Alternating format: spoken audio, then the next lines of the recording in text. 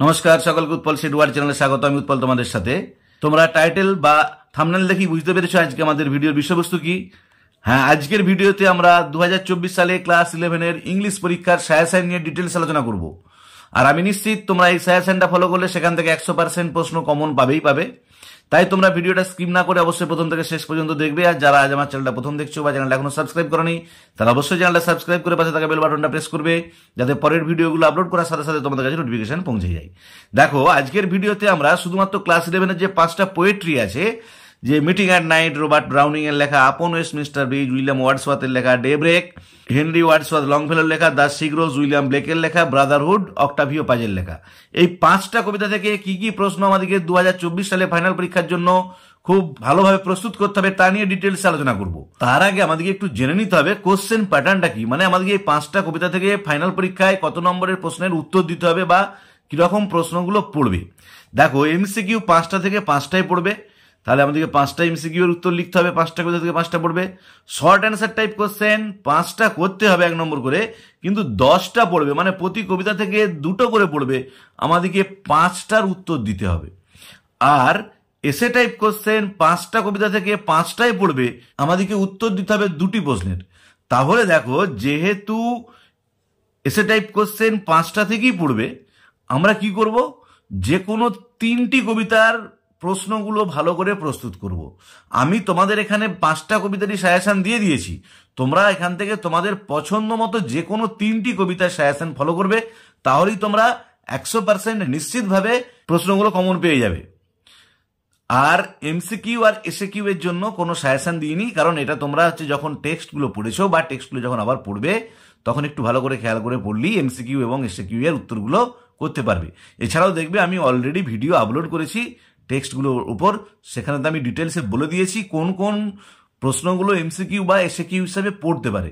সেগুলো তোমরা যদি একটু খেয়াল করো, সেই ভিডিওর লিঙ্ক আমি ডেসক্রিপশন বক্সে দিয়ে দিচ্ছি, তোমরা অবশ্যই লক্ষ্য করবে, তাহলে তোমরা এমসিকিউ এবং এসএকিউ গুলোর উত্তর করতে পারবে। তাহলে এখন আলোচনা করব যে বড় কোশ্চেন, এসে টাইপ কোশ্চেন, যে 5 নম্বরের 2টো প্রশ্ন আমাদেরকে উত্তর লিখতে হবে, তার জন্য আমরা কি কি প্রশ্নগুলো প্রস্তুত করব খুব ভালো করে একটু দেখে নাও। আর আমি তোমাদের আবারও বলছি যে তোমরা চেষ্টা করবে যে কোনো 3টি কবিতাকে ভালো করে পড়তে, সেখান থেকে এসএকিউ, সেখান থেকে ইকিউ মানে এসে টাইপ কোশ্চেন ভালো করে প্রস্তুত করতে, তাহলেই তোমরা কমন পেয়ে যাবে। আর একটা কথা তোমাদের বলে নি, তোমরা চেষ্টা করবে বড় প্রশ্নগুলো সবসময় কাটা কাটা প্রশ্নগুলোর উত্তর দিতে। কাটা কাটা মানে কি, ধরো যেগুলো 1+2+2 করা থাকে বা 1+1+3 করা থাকে, সেখান থেকে ফুল মার্কস পাওয়াটা অনেক ইজি। কিন্তু একটা প্রশ্ন, ধরো সিগনিফিকেন্স অফ দ্য টাইটেল, নামকরণের তাৎপর্য, সেখান থেকে কিন্তু ফুল মার্কস পাওয়াটা কষ্ট। তাই সবসময় চেষ্টা করবে যে তোমরা কাটা কাটা প্রশ্নগুলো, যেগুলো এরকম নাম্বার ব্রেক করা থাকে, ডিভিশন করা থাকে, সেইগুলোর উত্তর লেখার। তো যদি বাই চান্স সেগুলো কমন না পাও, তখন লিখতে হবে, সেটা কিছু ব্যাপার নেই। কিন্তু যদি কমন তোমাদের থাকে, তোমরা অবশ্যই কাটা কাটা প্রশ্নগুলোর উত্তর লিখবে। চলো যাওয়া যাক এবারে আমাদের সাজেশনেতে। দেখো, প্রথমে মিটিং অ্যাট নাইট কবিতা থেকে আলোচনা করছি কোন কোন প্রশ্নগুলো তোমাদেরকে পরীক্ষার জন্য প্রস্তুত করতে হবে। রবার্ট ব্রাউনিং এর লেখা। প্রথমে দেখো, describe the journey of the লাভার, যে লাভারটার, প্রেমিকটার যাত্রাপথের বর্ণনা, 5 নম্বরের প্রশ্ন। সিগনিফিকেন্স অফ দ্য টাইটেল, নামকরণের তাৎপর্য, 5 নম্বরের প্রশ্ন।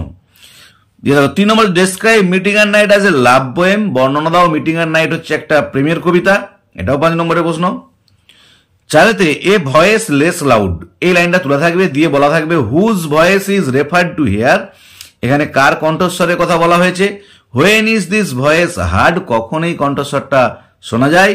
Why is the voice less loud, কেন কণ্ঠস্বরটা কম জোরালো। এর নাম্বার ডিভিশনে থাকবে 1+2+2। 5 নম্বরে, what does the speaker observe in the course of his journey, বক্তা কি লক্ষ্য করেছেন তার যাত্রাপথে। What does he do as he reaches the farm house, সে কি করেছিল যখন সে পৌঁছে গিয়েছিল খামার বাড়িতে। তাহলে মিটিং অ্যাট নাইট থেকে আমরা এই 5টা প্রশ্ন করলেই কিন্তু একটা কমন পাবো। এবার দেখো, ডেব্রেক, আমরা জানি হেনরি ওয়ার্ডসওয়ার্থ লংফেলোর লেখা ডেব্রেক, এই কবিতা থেকে ইম্পর্টেন্ট প্রশ্নগুলো হচ্ছে: 1, সিগনিফিকেন্স অফ দ্য টাইটেল, নামকরণের তাৎপর্য। 2, who takes the responsibility of announcing the breaking of the day, কে দায়িত্ব নিয়েছিল এই দিনের সূচনা ঘোষণা করার বা নতুন দিনের ঘোষণা করার দায়িত্বটা কে নিয়েছিল। How is the feat achieved, কিভাবে সে তার অর্জন করেছিল সাফল্যটা, বা সে কিভাবে সে দায়িত্বটাকে ফুলফিল করেছিল, পূর্ণ করেছিল। 3, দেখো, ইট cross the churchyard with a সাই, এটা সমাধিস্থলটা পার হয়েছিল দীর্ঘশ্বাস ফেলে। হু ক্রস দ্য চার্চইয়ার্ড, কে চার্চইয়ার্ডটা পার হয়েছিল। Why did it say so, কেন সেরকম কথাটা বলেছিল। Why did it cross the churchyard with a sigh, কেন সে চার্চইয়ার্ডটা দীর্ঘশ্বাস ফেলে পেরিয়েছিল। নাম্বার ডিভিশন হচ্ছে 1+2+2। 4 হচ্ছে how does the poet personify the wind, কবি কিভাবে ব্যক্তিত্ব আরোপ করেছেন বাতাসটাতে। তাহলে ডেবেক থেকে আমরা এই 4টে ইম্পর্টেন্ট প্রশ্ন প্রস্তুত করব। দেখো এরপর দেখো আপন ওয়েস্টমিনস্টার ব্রিজ, উইলিয়াম শেক্সপিয়ারের লেখা। এখান থেকে যে গুরুত্বপূর্ণ প্রশ্নগুলো আমাদেরকে প্রস্তুত করতে হবে সেগুলো হচ্ছে how does the poet present London, যে কিভাবে কবি লন্ডন শহরটাকে উপস্থাপন করেছেন, অথবা a sight so touching in its majesty, একটা দৃশ্য যেটা বিশালতাতে হৃদয় স্পর্শকারী। ডেসক্রাইব দ্য সাইট, বর্ণনা দাও দৃশ্যটার। একই উত্তর হবে 5 নম্বরের। 2 দেখো আর্থ has not anything to show more fair, এখানে যে বলা হয়েছে when does the poet say this, কখন কবি এটা বলেছেন। Why does he say so, কেন তিনি এটা বলেছেন। What is the significance of the line, এই লাইনটার তাৎপর্য কি। নাম্বার ডিভিশন পড়বে 1+2+2। 3 দেখো the beauty of the morning silent bare, এই লাইনটা দিয়ে প্রশ্ন পড়বে which beauty does the poet refer to, কোন সৌন্দর্যের কথা কবি বোঝাতে চেয়েছেন। Why is the beauty called silent bare, কেন সৌন্দর্যটাকে একাকী এবং নিঃশব্দ বলা হয়েছে। এটার নাম্বার ডিভিশন হচ্ছে 2+3। এবারে 4 দেখো never so I never felt a calm so deep, এই লাইনটা দিয়ে প্রশ্ন পড়বে হোয়াট ইজ সো ডিপ, কোন জিনিসটা এত গভীর। Why did the poet feel so, কেন কবি এটা অনুভব করেছেন।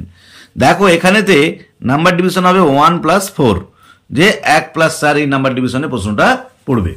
এবার দেখো ব্রাদারহুড, ব্রাদারহুডের প্রশ্ন যেটা ইম্পর্টেন্ট সেটা হচ্ছে সিগনিফিকেন্স অফ দ্য টাইটেল, নামকরণের তাৎপর্য। Central idea of the poem, কবিতার কেন্দ্রীয় যে মুখ্য চিন্তা বা সাবজেক্ট ম্যাটার, যেটা প্রধান বিষয়বস্তু। 5 নম্বরের প্রশ্ন আই টু অ্যাম রিটেন, আমিও লিখিত হচ্ছি। দিয়ে দেখো এই লাইনটাতে প্রশ্ন পড়বে when does the poet realise this, কবি কখন এটা উপলব্ধি করেছেন।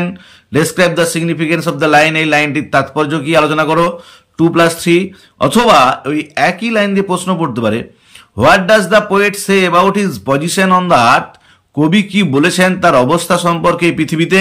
What does the poet mean by I too am written, আমিও লিখিত হচ্ছি বলতে কবি কি বোঝাতে চেয়েছেন। How does he understand this, কিভাবে তিনি সেটা উপলব্ধি করেছেন। তাহলে একই উত্তর হবে, শুধু প্রথম পার্টটা আলাদা, অতএব একই উত্তর হবে। সেই জন্য এটা অর দিয়ে, মানে তোমরা যদি কেউ আগের প্রশ্নটা করে যাও তাহলে তোমরা এই প্রশ্নটা করতে পারবে, শুধুমাত্র প্রথম পার্টটা একটু যুক্ত করতে হবে। তো এবারে উইলিয়াম ব্লেকের দ্য সিগ্রোজ কবিতা থেকে যে প্রশ্নগুলো আমাদেরকে পরীক্ষার জন্য ভালো করে প্রস্তুত করতে হবে সেটা হচ্ছে সিগনিফিকেন্স অফ দ্য টাইটেল, নামকরণের তাৎপর্য 5 নম্বরের। Central idea of the poem অথবা সাবস্ট্যান্স, এই কবিতার কেন্দ্রীয় চিন্তা ভাবনা যেটা মুখ্য চিন্তা বা বিষয়বস্তু। 3 হচ্ছে discuss the allegorical significance of the poem, এই কবিতার যে অ্যালিগরিক্যাল তাৎপর্য আছে সেটা নিয়ে আলোচনা করো, খুব ইম্পর্টেন্ট প্রশ্ন। 4 নম্বর হচ্ছে অ্যান্ড হিজ ডার্ক সিক্রেট লাভ, তার অন্ধকার গোপন ভালোবাসা। দেখো দিয়ে এই লাইনটা তুললে প্রশ্ন দেওয়া থাকবে who is referred to by his, his বলতে কাকে বোঝানো হয়েছে। Whose life is destroyed and how, কার জীবন ধ্বংস হয়েছে এবং কিভাবে। দেখো এবারে এখানে নাম্বার ডিভিশন থাকবে 1+1+3, এই যে হু, এখানে হিজ বলতে কাকে বোঝানো হয়েছে 1, কার জীবন ধ্বংস হয়েছে 1, আর কিভাবে ধ্বংস হয়েছে সেটা 3।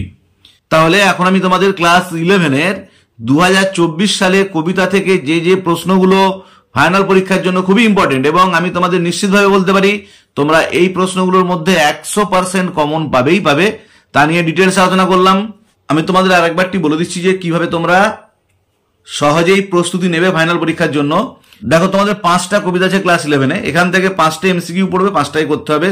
শর্ট অ্যান্সার টাইপ কোশ্চেন 10টা পড়বে, প্রতি থেকে 2টো করে। তোমরা কি করবে 3টে কবিতা থেকে শর্ট অ্যান্সার টাইপ কোশ্চেন ভালো করে যাবে, তাহলে তোমরা 6টা কমন পেয়ে যাবে। আর এসে টাইপ কোশ্চেন 5টা পড়বে, প্রতি কবিতা থেকে 1টা করে পড়বে। তোমাদের পরীক্ষায় লিখতে হবে মাত্র 2টি। তাহলে 2টি যখন আমাদেরকে পরীক্ষাতে লিখতে হবে, আমাদের 5টা কবিতায় ভালো করে মুখস্থ করার দরকার নেই। আমরা কি করব, আমাদের পছন্দ মতো 3টি, যার যার তাও চাপ লাগবে তারা 2টি কবিতা থেকে ভালো করে প্রস্তুতি নেব পরীক্ষার জন্য। এবং আমি তোমাদের যে সাজেশনটা দিয়েছি তোমরা সেগুলোই শুধুমাত্র পড়ে যাবে। এসে টাইপ কোশ্চেনের জন্য তোমরা 100% কমন পাবেই পাবে। অতএব 3টি কবিতাকে ভালো করে প্রস্তুত করে নিয়ে যাওয়া প্রশ্নগুলো, বাকি যে কোনো তোমার পছন্দ মতো 3টি কবিতা থেকে তোমরা প্রশ্নগুলি প্রস্তুত করবে। আর তোমাদেরকে ডিটেলস আমি সাজেশন দিয়ে দিয়েছি, যদি কারো কোনো বুঝতে সমস্যা হয় আমাকে কমেন্ট করে জানাবে।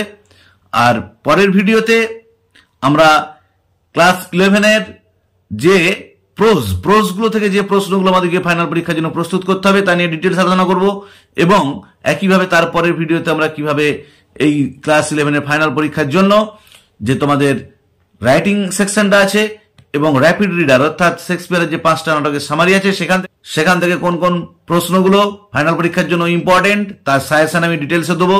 তাই তোমরা চ্যানেলটা অবশ্যই ফলো করতে থাকবে।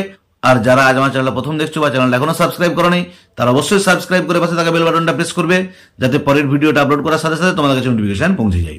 ভালো থেকো, ধন্যবাদ। ভালো করে পরীক্ষার জন্য প্রস্তুত নাও, দেখা হবে পরের ভিডিওতে।